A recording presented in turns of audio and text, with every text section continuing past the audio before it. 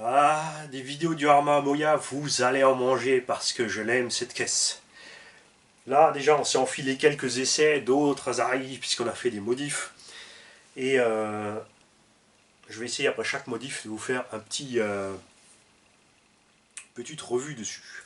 Hein, une dénigration de mes modifications. Santé à monsieur machin qui a rien compris à la chaîne. Donc, là, on a monté des BF Goodrich. Déjà, ouais, c'est comme ça. Comme je le dis toujours, beaucoup d'entre nous, quand on va dans une boutique, la première chose qu'on regarde, c'est le profil de la gomme, si le pneu a une bonne gueule, ensuite on fait poète-poète avec. Je vous rassure, j'ai le même problème avec les baskets. Quand j'achète une paire de pompes, si elle a une semelle de merde, je la prends pas. Il me faut des crampons, il me faut un look agressif partout, c'est comme ça. J'aime bien. Donc on a mis ces BF Goodrich qui sont montés sur des jantes de Scorpion BXXL. Copie ou pas, on ne sait pas. On n'a pas de marque. Quand tu reçois ces roues, elles sont emballées dans des sachets neutres. Tout comme les roues de Scorpion BXXL qu'on a aussi. Qu'on essaiera évidemment aussi.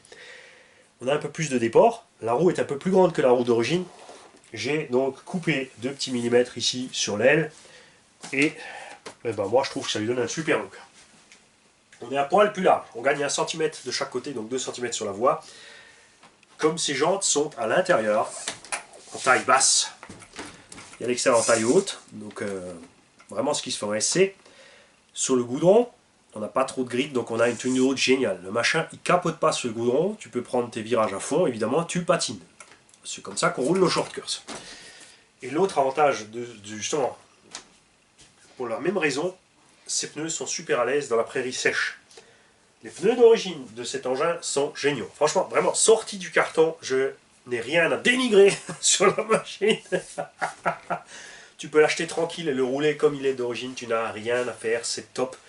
Et ça, Arma a réussi à le faire en 10 ans seulement. Ils ont commencé avec Crichton, Talion, tout ça, V1, qui était, on peut le dire, hein, c'était le pire de Arma, pourtant c'était déjà bien. Et surtout au niveau tarif qualité-prix, on était bien, on avait des soucis de combo qui crame, mais pris en garantie, des soucis de cerveau qui claque, pris en garantie. Beaucoup de RTR ont ça aussi, et beaucoup d'autres ne font pas autant de bon travail en garantie. Ensuite, ils ont rapidement évolué, V2, V3, V4, amortisseurs plus solides, triangle plus solide, suspension mieux, avec un meilleur setup, etc., etc. Et au bout de 10 ans seulement, ils nous ont pondu ce machin-là. Et ceci est un petit pic pour Obitech, évidemment, qui est là depuis 15 ans et qui n'a toujours pas réussi. Donc, avec ces pneus, sa prairie sèche, t'es top. Avec les pneus d'origine, t'es bien. La prairie humide, après sa prairie sèche, les pneus d'origine, ça commence quand même à être chaud dans les virages, tu capotes. Mais bon, c'est parfaitement gérable. Au niveau du combo, ici, je suis passé, évidemment, vous me connaissez, en 8S. Le 6S marche très bien, si tu roules normal, tu fais ton petit quart d'heure à 20 minutes si tu es raisonné sur les gaz avec des performances largement suffisantes. Tu as vu, quand tu mets plein pot par contre, 7-8 minutes c'est mort. Là on est passé en 8S avec un moteur toujours en 74 mm, on a mis un Taurus 1500 kV, on a mis le VXL8 parce que j'aime bien le freinage du VXL8 et j'en avais un là, tout simplement. Cerveau. Au passage, j'ai mis mon 20 kg waterproof dedans, même si le cerveau d'origine faisait très bien le taf, il n'y a pas de souci, j'ai eu aucun problème vraiment avec. Et le verdict est sans appel. Là, sans vraiment spécialement faire gaffe sur les gaz, on dépasse les 25 minutes. Après, évidemment, tu peux rester en 6 et tu vas te dire, ouais, si je passe un pack de 6 plus un pack de 6, j'en suis à la même autonomie. C'est vrai, ça ne change absolument rien vu que le pack de batterie est changé en moins d'une minute. La différence, c'est la température. Puisque là il faisait qu'une vingtaine de degrés, quand tu allumes, tu as le moteur qui chauffe, bah, tu peux foutre un ventilo, c'est pas un problème. Tu as les lipos par contre qui deviennent très chaudes, mais c'est vraiment si tu agresses. Mais donc, avec un petit ventilo moteur, et je vais dire, allez, 2 dents moins sur le pignon, avec le combo 6S, tu seras toujours largement suffisant en perf, tu vas perdre 10 km/h sur la VMAX, c'est pas très grave, et tu t'en sortiras pareil. Mais moi ce que j'aime justement en montant les S et en diminuant les KV, c'est de pouvoir rouler dans toutes conditions sans devoir justement faire attention à ça. J'aime pas sortir mes caisses et se dire voilà aujourd'hui il fait chaud, je dois rouler 20-30%, je dois caresser mes gaz, je dois faire attention. Moi j'aime bien sortir ma caisse et rouler. sans faire gaffe. On a un petit peu plus lourd évidemment en vitesse. On a à peu près 250 grammes de plus. C'est 250 grammes de plus en licence sur les suspensions, bien évidemment. Le véhicule se comporte de façon plus molle. Après, tu peux augmenter un peu tes tarages, ça ne durcira pas, mais ça le maintiendra un peu plus haut quand même.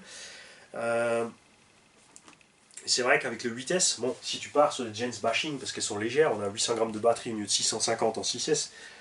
On a le Vario qui fait une petite centaine de grammes en plus. Le moteur, on est sur la même taille, donc on est pareil. Il faudrait des ressorts un tout petit peu plus durs, ce qui n'est pas un problème, puisqu'on a Techno RC qui nous fait des super ressorts. Ça, c'est la prochaine chose donc, que je vais faire. Je vais me pencher sur les ressorts Techno.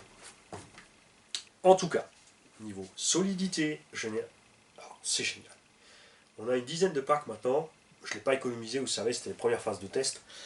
La carreau est toujours pas flinguée à ce jour. On a arraché un petit peu les ailes arrière, comme on avait prévu, ici. Donc là, le plus simple, ce que je peux conseiller à tout le monde au début, c'est tout simplement de couper un bout ici à l'arrière du feu pour laisser dépasser le pare-choc, pour ne pas que ça se prenne aussi facilement dedans. Ou alors, c'est vrai que c'est dommage de couper l'arrière, mais si tu coupes l'arrière, tu restes plus accroché, c'est clair. Niveau des fixations, il n'y a rien qui s'est déchiré, je n'ai pas protégé la carreau plus que ce qu'elle est protégée d'origine. Et c'est tout ce que j'ai à dire. On fera d'autres tests. Pour l'instant, j'ai mis ce moteur parce que je l'avais là. Mais à la base, moi j'ai prévu un 42 par 82, un moteur de Seine Reaper 1450 kV. On laissera le pignon de 16, parce que là, avec le 1500 pignon de 16, on a les mêmes perfs que d'origine. On va pas plus vite. On a un petit peu plus de patate à l'accélération, c'est vrai, parce qu'on est en vitesse. Mais on va pas plus vite. Avec le 1450 kV, on sera un tout petit peu moins vite. Est-ce qu'on va vraiment le remarquer? 50 kV sur 32 volts. Enfin, 1500 tours de moins au moteur. Passer la démultiplication, arriver au sol.